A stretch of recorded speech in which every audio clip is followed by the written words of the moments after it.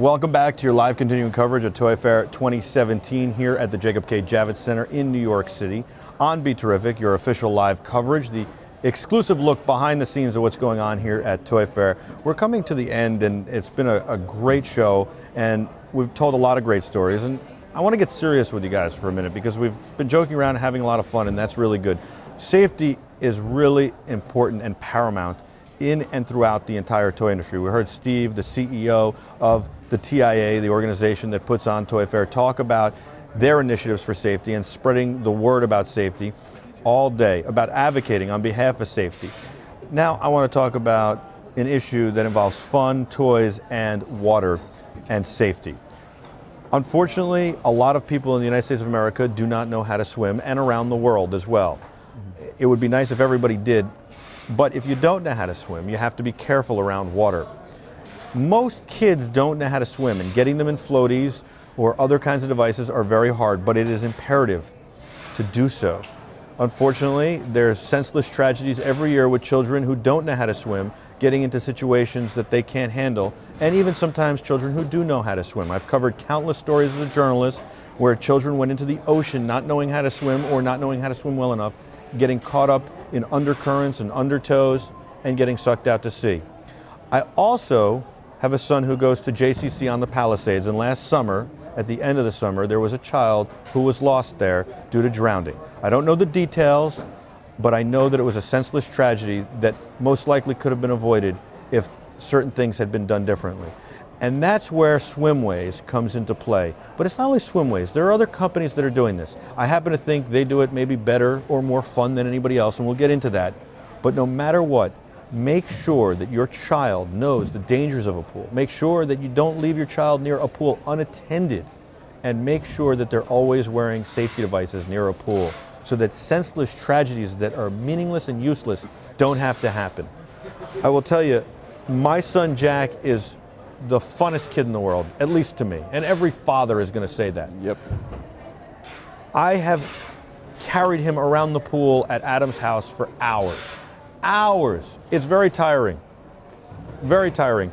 Because he won't wear these. Well, guess what, Jack?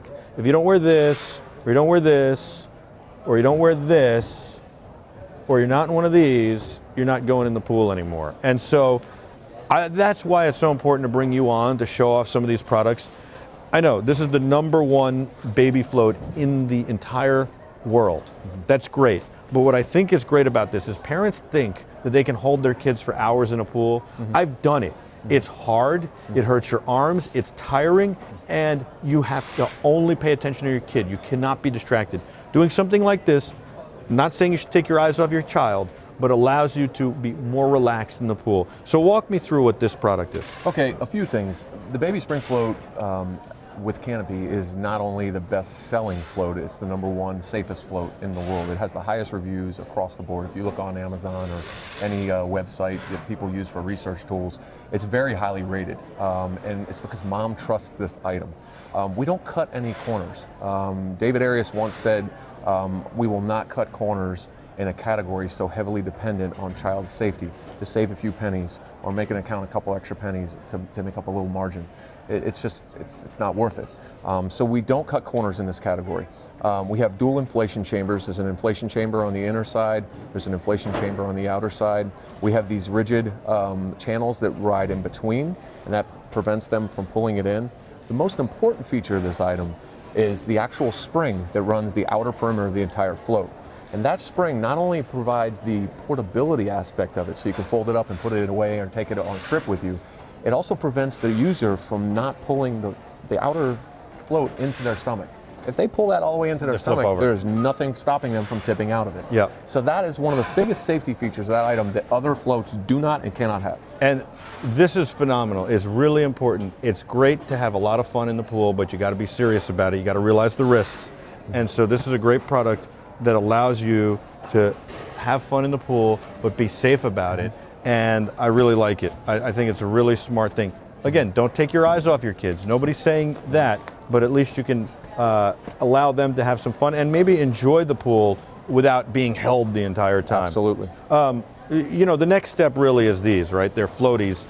Some kids love them, some kids don't, but they're pretty easy to put on. They're inflatable, and the idea is you put these on your muscles, and then you look like Arnold, Yes. and then you can walk around. But the thing is, you can float, and so you float to the top of the water, and then you just turn around, and if you don't know how to swim, you just float.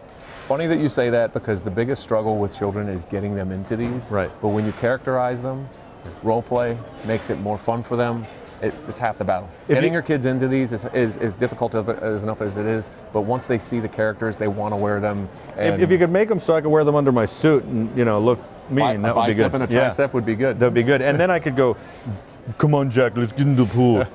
Very cool. What's nice is, you said, you characterize them. It makes it more fun. So you've got Ariel here, and I know you have a lot of different patterns. Star Wars, Marvel, everything. Very, very reasonable. Paw Patrol, yeah. And affordable. Very cool.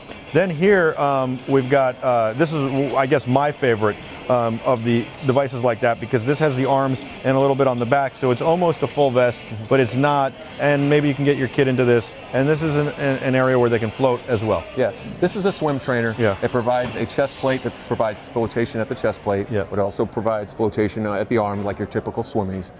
The great thing about this item is it is a U.S. Coast Guard approved item. Great. It's a PFD. You can take this on a boat. You can take this to the beach. And a lot of community pools now are requiring that you actually, if you're going to go in their community pool, you have to have a U.S. Coast Guard approved PFD. And that's because incidents like happen at the JCC on the Palisades, which is a wonderful place, a wonderful organization, happen all over. I didn't mean to single them out before, but that's something that hit close to home that I was aware of, that happened in front of my eyes. Basically, I wasn't there, but happened in front of what I saw it happen, kind of in a way, right? Yep. Like it happened at home, and so.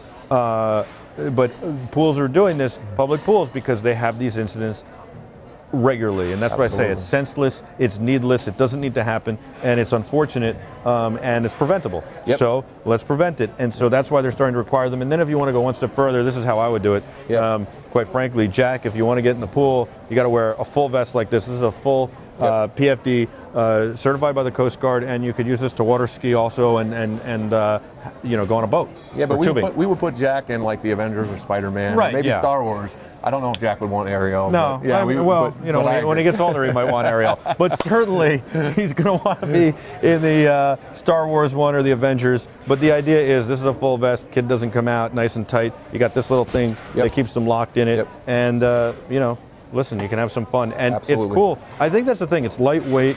They don't have to really feel like they're wearing something, but you can have a lot of fun in the water. High quality, made well. It's U.S. Coast Guard approved. We have child and youth sizes. So how did you guys start as a company? Well, SwimWays originally branched off from a company called Kransco, and SwimWays quickly became the largest privately owned company in our category. We were purchased recently by Spin Master. Yes, congratulations. Yes, I was going to say that. Yes. Very nice. Very, very exciting opportunity for us, because Spin Master is arguably the most aggressive growth company on the globe. Yeah. And for us to be a part of that family now, it opens a world of opportunity for us. When SwimWays started, was the idea about making fun toys for the pool, or was it about making the pool safer, or was it about both? Both. Absolutely both. And we've been teaching kids to swim for 30 years, 40 years now. Excellent. And it was about making free time more fun through innovation.